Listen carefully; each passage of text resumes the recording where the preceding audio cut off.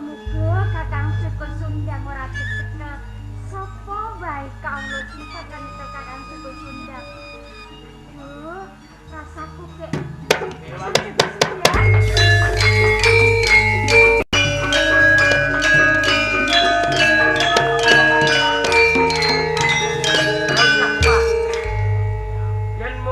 Pangoyak ing prajurit ing Majapahit. Sengara bisa nyekel marang Joko Sundang. ngono aku kira sadapan, Kakang. Ndaya Wati. Heeh. Panjen jebul katresnan sing urung entuk restune wong tuwa ijih kaya ngene. Iya, Kakang. Saya lumebu ning Taman Sari menawa aku dianggep dadi maling. Sing ateges aku maling nyolong marang katresnanmu wong ayu. Napa Kakang Joko Sundang? Ana apa, Kakang? Rasane atiku ora kepenak. Mesti bakal ana manungsa kang bakal temeka ning papan kene. Mung emane Mindayawati. Pawongan kang bakal mlebu ning papan kene dudu kaya dening prajurit sing ngoyak aku. Manungsa kuwi duweni kaluwihan. Mbok menawa uga bakal nyekel marang aku. Mula kanthi kuwi, Kang Sila rasa sumelang. Aja kuwatir. Aku tetep bakal selamat. Kanggo ngawekane aja nganti aku dicekel dening pawangan kuwi mau. Aku njaluk. Apa Kakang Joko Sundang? Kowe meremo sawetara. Kakang? Aku bakal mapan ana ing giwangmu wong ayu.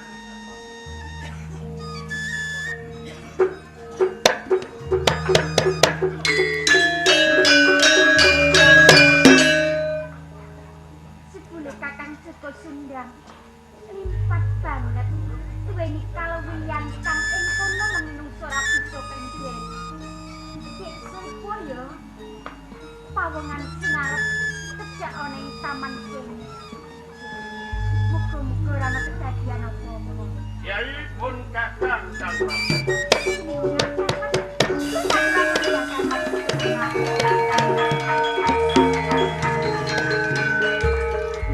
Janur Gunung Kadingaren sanget.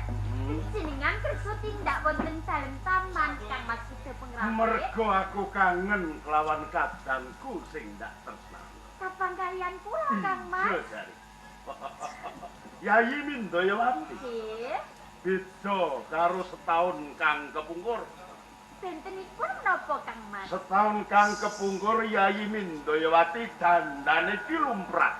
Nanging saiki kok saya bisa alis ditambahi, igep ditambahi, ukurane rada kandel, ati anyar ngono. Iya, jenengan mriku mboten kok Kang Mas. Adakane bocah wadon luwih-luwih remaja putri utawa prawan.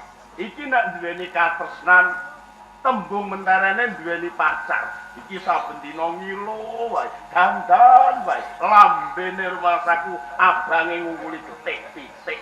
Menapa ngaten sih Kang Mas? Menawi putri katemben karo Ben Asmara kalian Kyai Kakung ngaten Kang Mas. Kuwi tenan, Oh, ora beda karo garwaku biyen. Dik rikala dadi pacarku, dik rikala dadi katresnanku. Saben dina isine ya mung dandan minyak wangi iki nganti dienggo adus. Wis duweni katresnan to?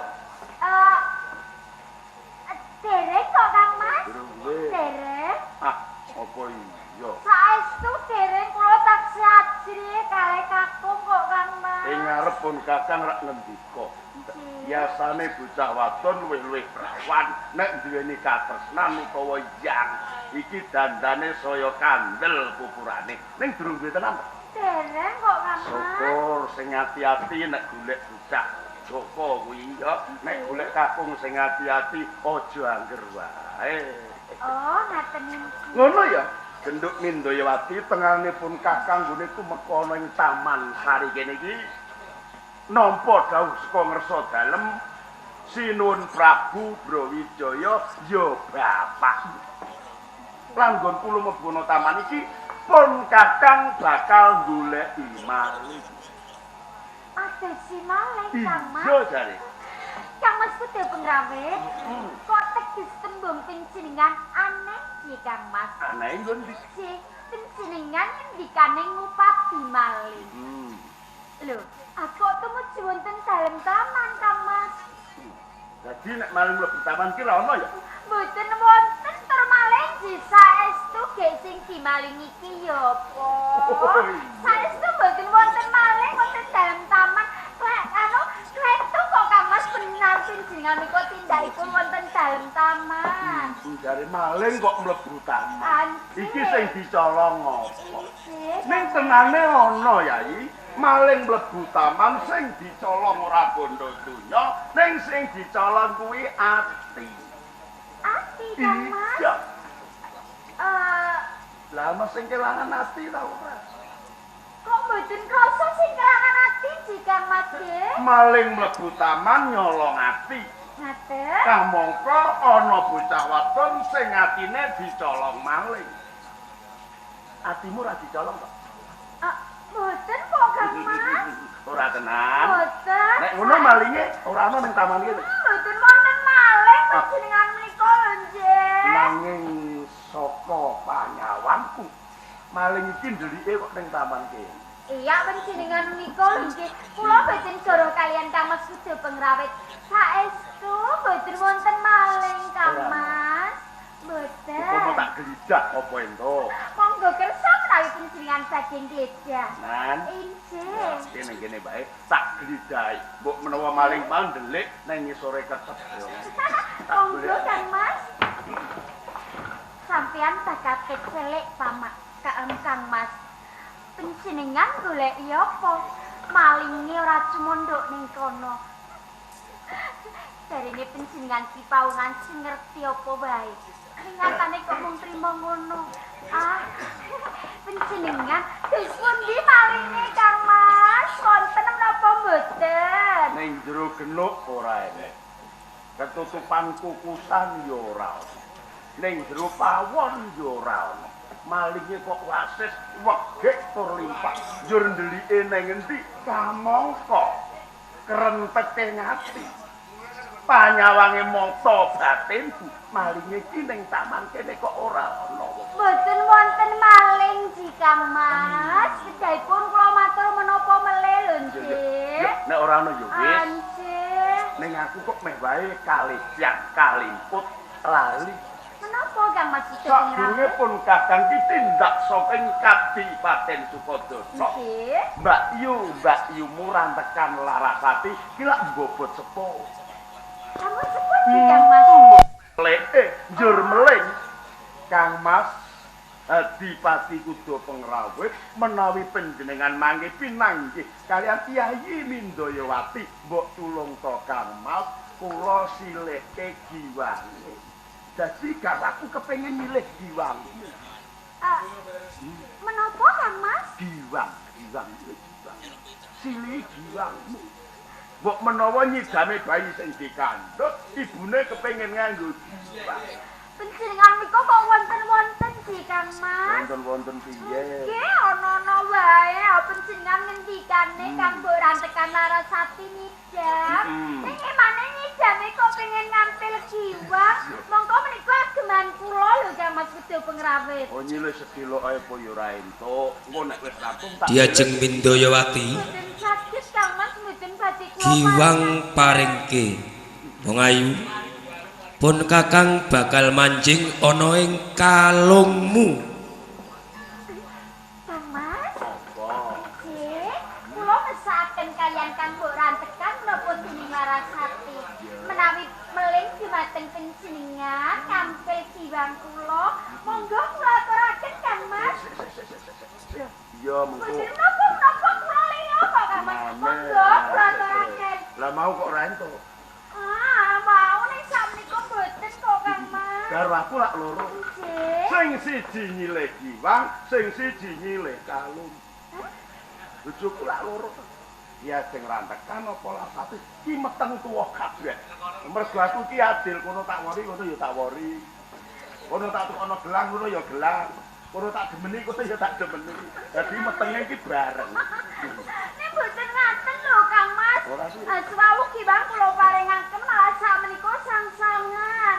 Lah kula mengke ra mboten ngagem apa-apa to Diajeng Mindayawati aturna kalungmu wong iki rada glibet roh ae. Aku bakal manjing ana ing gelangmu wong ayu.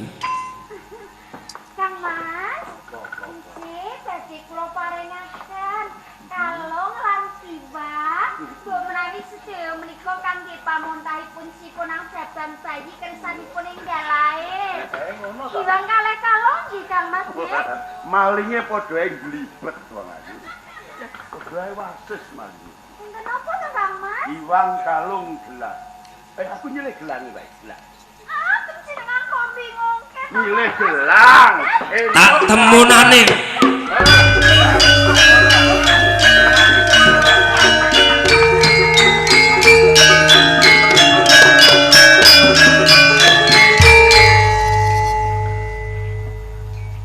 Malinge wis jemeni ta urung? Ngerti lho. Ono omongane ora duwe yang. Lagi ping loro. Jabang bayi. Kowe dadi bocah awan. Iki aja nyok. Ngerti ora? Ya nek tanggung jawab, nek ora biasane cah nom saiki kuwi berani berbuat, berani minggat. Kowe meteng tinggal minggat cewek kok. Ya apamu Mindayawati? Apamu? Kadang kula kakak. Kadang itu kok. Dulure. Waduh.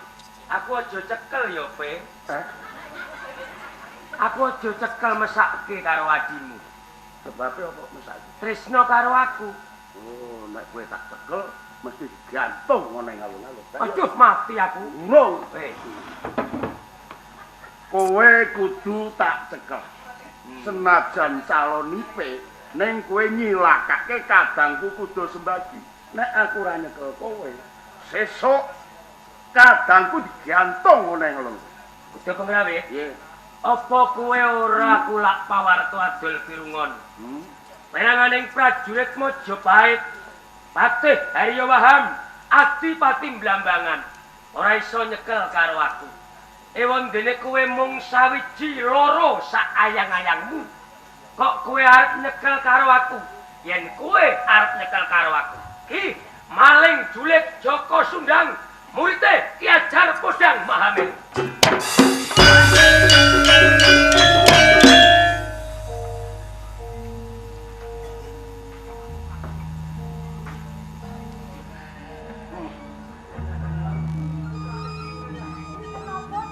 Lah ya ukurane kandel sisek. Enten apa? Kandel kabeh ngaten kok Kang Mas. Sing sisek mau bar dipangan maling to. Ping loro. Ora tanduk ping telu kowe. Mindayawati. Kowe seneng karo maling. Kurang wong lanang ing Majapahit. Kok nganti kowe seneng karo maling kae mau Joko Sundang. Murite Bapak Ki Ajar Podang Mahemeru.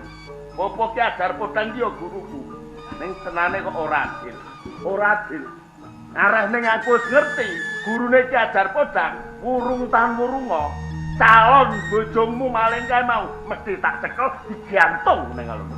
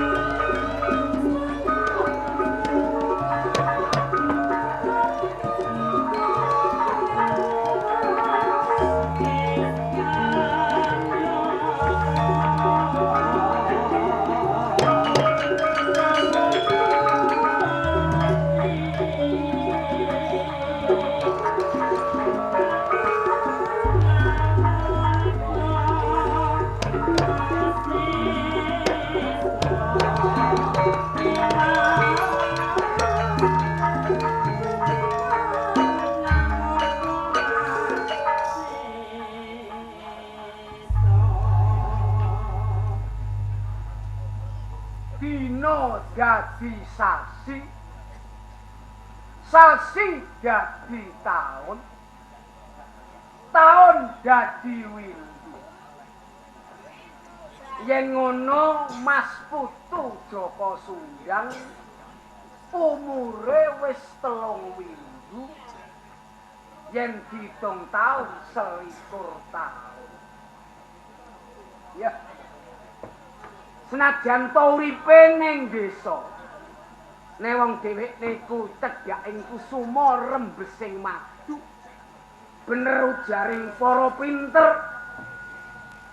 Tak ibaratno emas kependem lumpur pirang-pirang puluh tahun tetep ora bisa nek yen aget emas. Padha karo Mas Putu Joko Sundang. Muga-muga wae tak suwunake ning ngersaning Kang Maha Kuwasa. Muga Mas Putu Joko Sundang entuk dalaning kamukten urip ana ing bebrayan. Nang kok pirang-pirang dina kok ora bali-bali mulih. Kula nuwun. Oh monggo. Oh.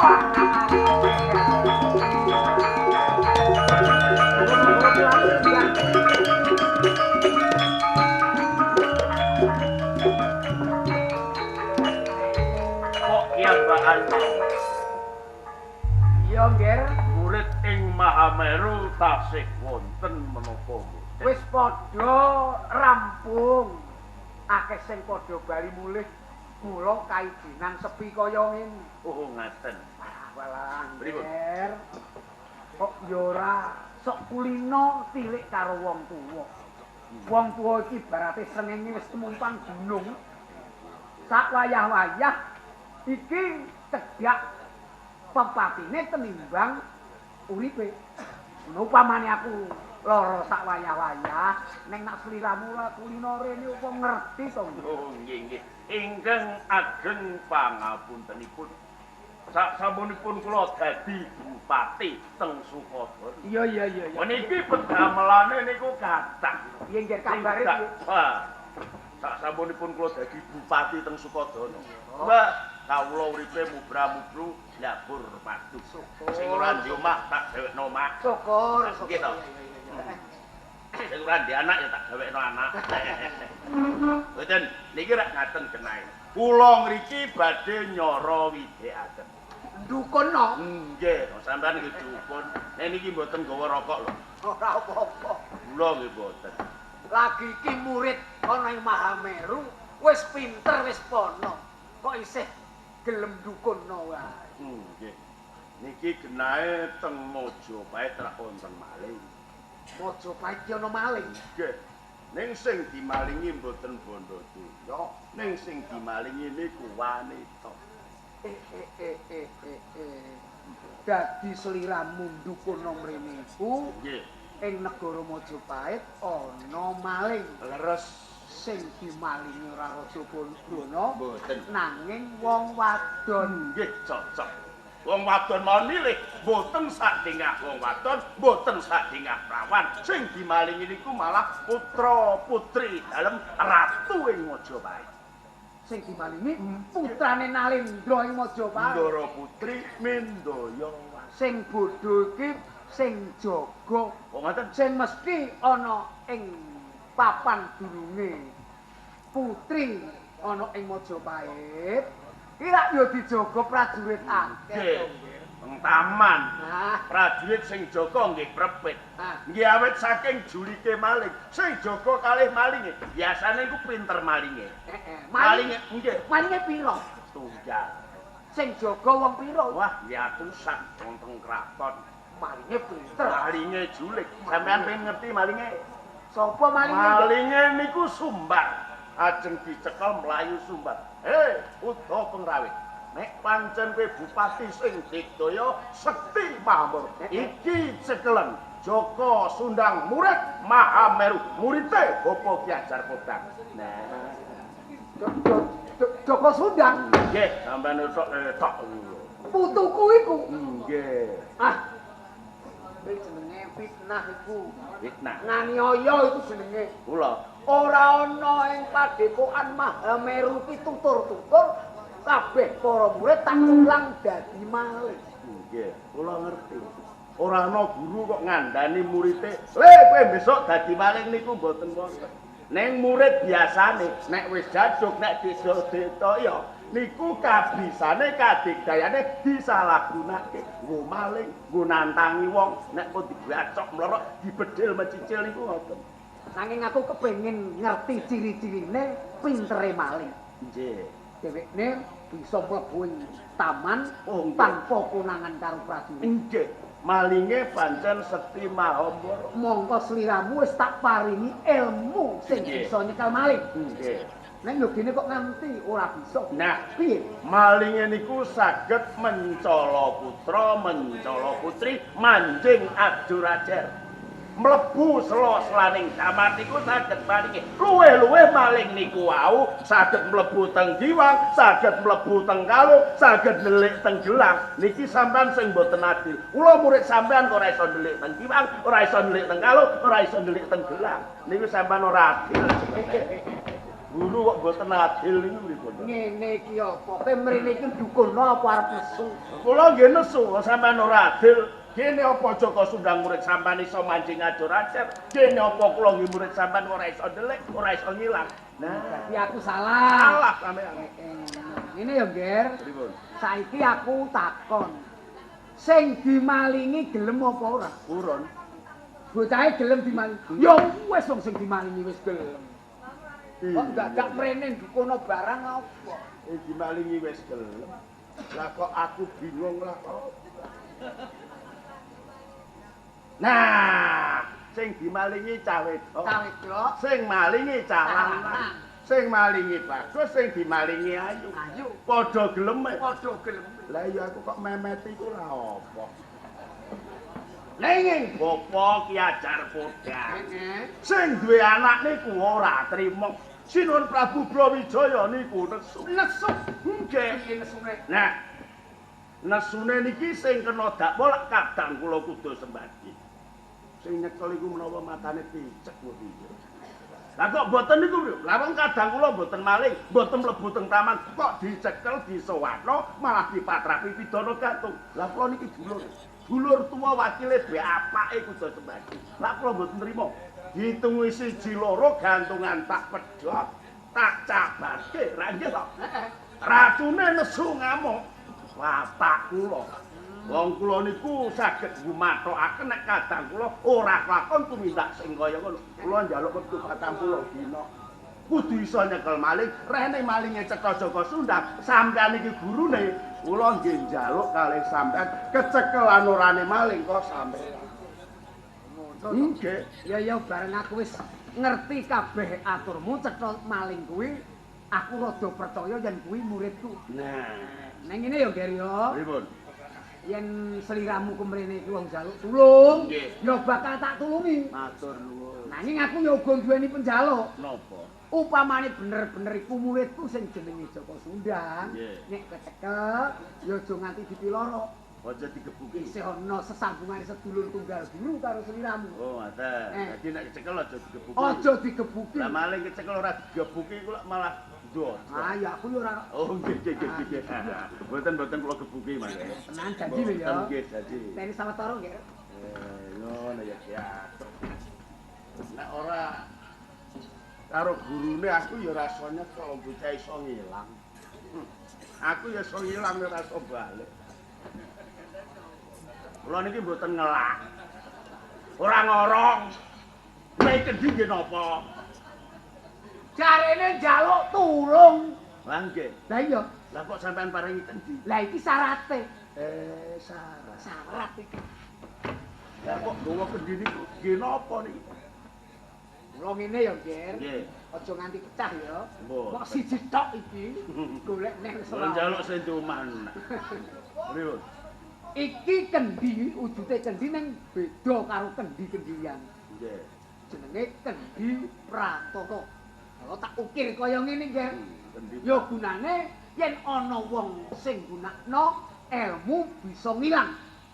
Kendi Pratala niki. Heeh. Lah carane pripun? Carane Pripun? eh, Pripun? lho ora krungu to iki, Mas? Boten ada. Anjene urung kandha aku, Ger. Lah ya wis tok sampean. Maling kuwi kudu bisa mlebu ning jero kendi. Ngoten. Yo, Nek mpun mlebu, tutup aja nganti ucul. ngoten. Nah, sewana ning Mojo mojo pae. Ning aja digebuk, Aja digebuki. diketok gulune ae. Padha ae. Ngoten. Nggih, Bos. Nek ngaten bareng, matur nuwun, Bos. Ning maaf pangapunten lho. Ora apa-apa. Kula mboten utara kok. Ora apa-apa. Bulane sesuk. Mari. Angger mrene kok utang sesuk bulan.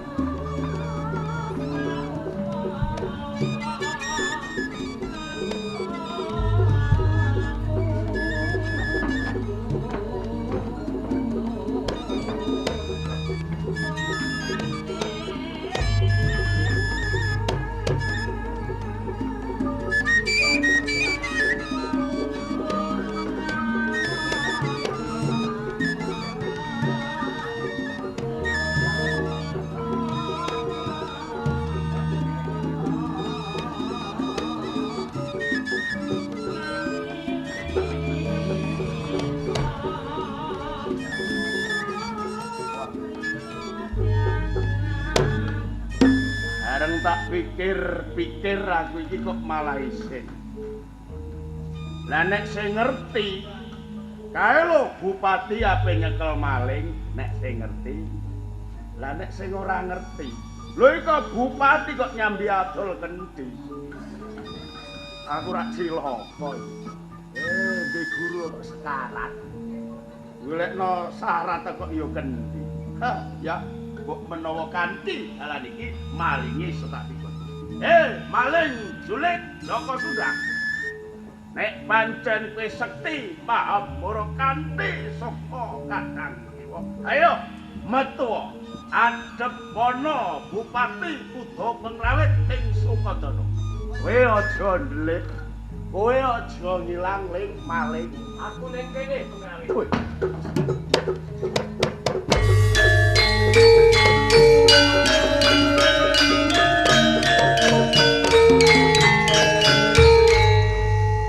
Gedhemu cilik, dhuwurmu cendhek, ning jebul kok wasis digaya kondang jenengmu ning jagate Mojopahit.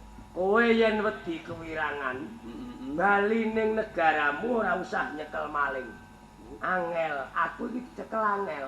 Iya, aku ngerti. Kowe iki menawa ndi welut putih. Ya ta? Aku welut putih ora duwe. Sing duwe apa? Welut coklat aku duwe. Aku welut gorengan ya duwe. Aku maling kok cekel terus. Oh ya aku iku apian. Arep kelimpe kowe iki. Ora. Kowe jaduk, kowe digaya. Aku iso nyekel kowe padha karo iso nyekel aku. Nah, Undang kowe. Neng saiki iki apa iki? kowe iki dadi apa kowe iki? Kowe iki lho dadi apa? Lah iya temenan ae, temenan. Kowe iki jare bupati kok malah. Wah, Wis bosen apa piye dadi bupati? Kurang bayaranmu dadi bupati. mateng. Nak kurang bayaranmu dadi bupati, melu aku dadi maling. Waduh, cilaka. Pati nyambi dodol kendi Iya, jabang Bangetan guru. Piro ngene iki piro tak tukune? Piro? Iki ora sah mbok tukuling maling. Mang aku dape moh digawani kendi. Dianggep aku bakul. Apa kowe wedi yen ketelak ning dalan arep jajan ora ndek dhuwit, sangu banyu? Bupati ora duwe dhuwit. Nyek. Ya wong kalunge atom kok. Iki mbok pangan 3 tahun rantai. Ora entek dipangan keloloten iku. Joko Sundang. Apa celuk-celuk terus? Ya, mbok anggap bakul kendi ya kena. Bupati nyambi bakul kendi ya kena. Najan kowe jadu. Lah iya ta, nek iso mlebu kendi kene, aku trimo dadi murid-murid. Aku iku. Iya. Lho aku kok sumbari ngono. Lah mulane kowe tak sumbari mesti ora isan. Bolongane kendi jambane semene. Lah mulane Aja meneh bolongane kendi. Bolongane irungmu aku iso mlebu. Yen Joko Sundang. kowe aja kemaki. Kowe aja mlete. Lah iya ta? Nek omong tok ora ana buktine, iku aku ora percaya. Purwa dadi kutane sing dadi nyatane. Ya jan. Mengko yen aku iso mlebu kendi, kowe aja pisan-pisan wani karo aku. Aku ora arep wani kowe. Ngaku kalah. Iya. Malah nek perlu aku dadi muridmu. Ngono? Iya, engko bayar aku pek kabeh. Ya. Minta iso. Ulungane cilik. Kowe gedene semono, Pak. Kowe iso mlebu kok ora kowe? Iki kanca aku. Agak arek mlebu ah. Itu cilik nang gedhi ku. Moh. Lho kena. Yo. Nek kowe moh ya alah karo aku.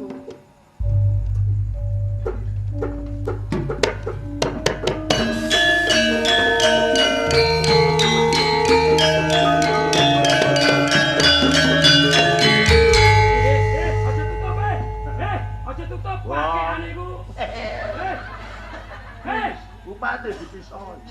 Lho, malah mau tutup piye? Oh, ati. Bangsat iku. Bajiman iku. Aku tak metu. Ora sambekan iki. Ora iso bongkok cak lah omare. Bupati uteke jeblos. Aja mati aku tono. Tak injene. Tak injene nang jero polahe piye cah iki? Ngawin. Aduh, mati aku. Mata didoni cah iki. Pakekane. Bener nek iki maling.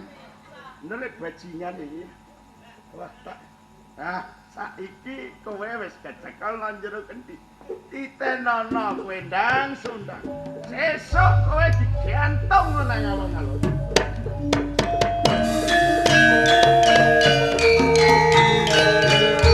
Ngawin. Kula sinuwun. Endi malinge? Niki napa? Jasem ngono. Iki Kowe aja ngejak guyon. gojek. Ana lumrahe apa piye? Kendi kok dadi maling iki. Nggih, kula dhewe nggih gumun. Endi kok dadi maling mboten enten nggih. Ya ora ana. Ning niki aneh tapi nyata. Sampeyan nate mirsani TV napa mboten? Lho aku iki ratu ora tau nonton TV. Nek menawi mboten gadah. Gadah sama. Sinuwun. Apa menawi panjenengan mboten pitados maling teng jero kendi niki? Heeh. Mboten napa-napa. Ndajal kula ucak-ucake ben mireng jenengan. Iya mboten. Iya. Mati malingnya. Keplepeken bongko menawi. Ocak-ocak neh. Keturun. Keturun. Keturunan malingnya. Aku mau muni. Hanya napa mirang-mirang no wong cah iki. Panjenengan mireng napa mboten? Ayo, matek. Baik. Ora ana. Ora ana suarane. Ora ana kowe aja ngejak gojek karo ratu. Lah aku iki ratu kok mbok doli kendi. Kula cak-cake mlek nggih. Ya. Ora buta. Wah, cek ane cah iki. Nek sampean mboten pitados mboten menapa-menapa. Ning saestu sinuwun malinge niki wae pun mlebu kendi niki. Mulane kendine kula tutup. Pengrawit, Nggih sinuwun. aturmu aku uga percaya. Mergo aku duwe kapitayang. Nggih. Menungso keng ana keng duweni kaluwihan. Nggih. Kalamun pawongan bisa lumebu jero kendi iki pawongan sing kesdik, Nggih. pawongan sing wegit. Dadi sing manjing ning pamargi putri cidra resmi marang putraku. Iki kanggo ngukur kekuatan ning Praja Majapahit. Nggih, bener kesini. Ben aku enggal weruh lan ngerteni malinge. Kendi iki bantingan. Oh, ngaten. Jenengan do siap nggih. Iya. Ampun nganti melayu nggih. Maling rangket gantunge ning alun-alun. Pun, ampun ngantos brosot, ampun ngantos ucul. Mungkin nek ucul kula sing cilaka. Nggih mboten? Iya. Oh.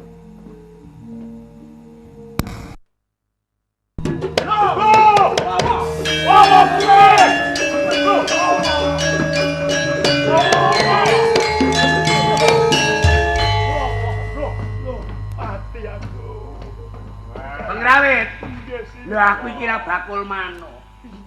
Aja mbok doli lawa. Aduh mati. Bocah iku kurang ajar tenan ya. Pengrawit, Kula sinuwun. kowe arep jajal marang ratu ing Majapahit. Arep ngejak guyon ratu Majapahit.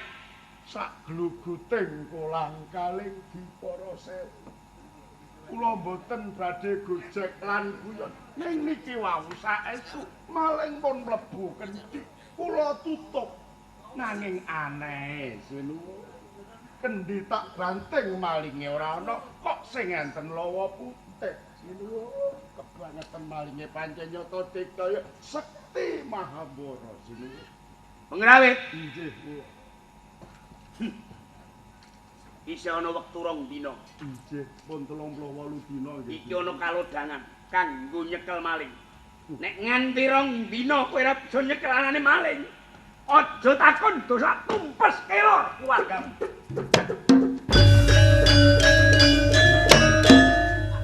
Wah, maling manyan keparak. Wong arep digambar. Gambar kok nang ngarepe ratu. Untunge kok jena wektu 2 dina. Iki sing elek ya ora malinge tok. Guru kok mau ya sekarang. Ngapusi karo pengrawit. Ditenono. Ditenono aku moron nek. Kowe nek mbok apusi nek tak cengkiwing kowe iku guru.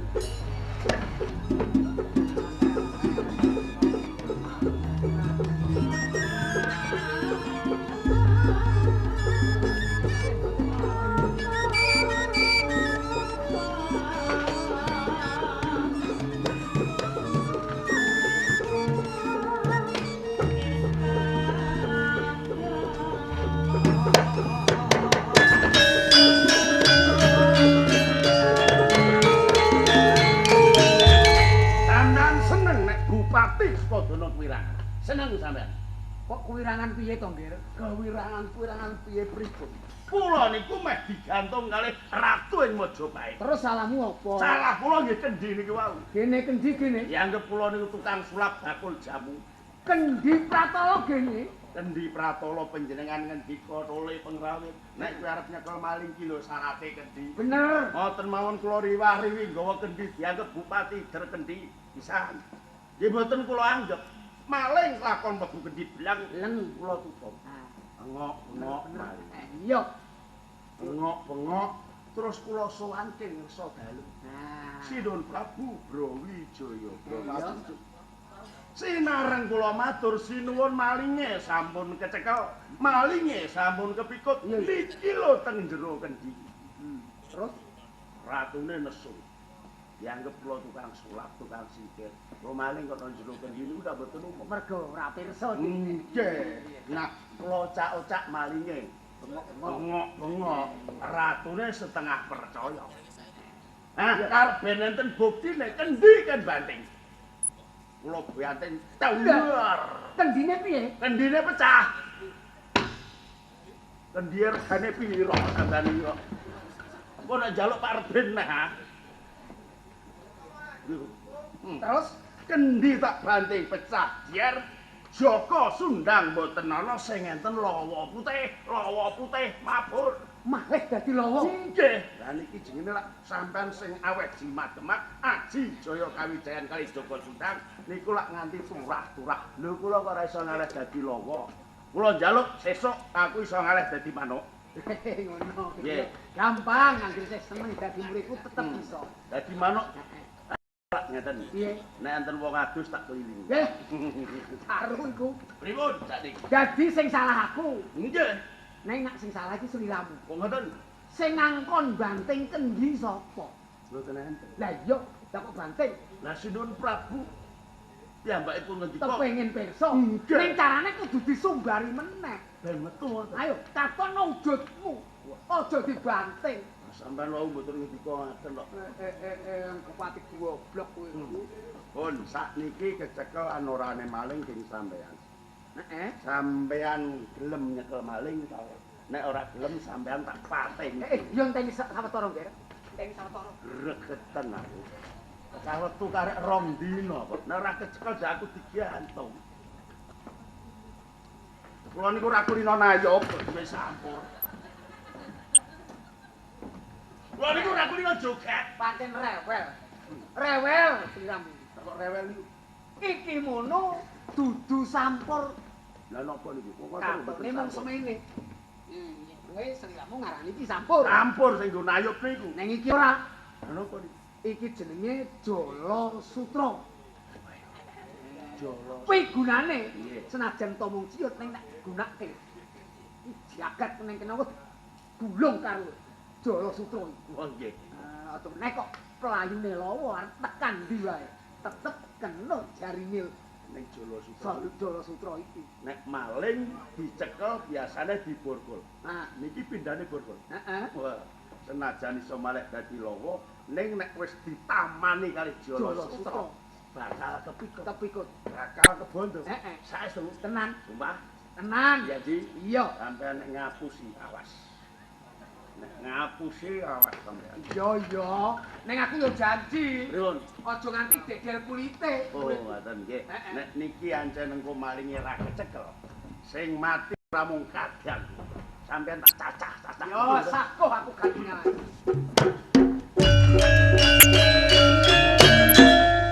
Slogan sogot kowe iku. Nak dicilakake. Wah, aku sing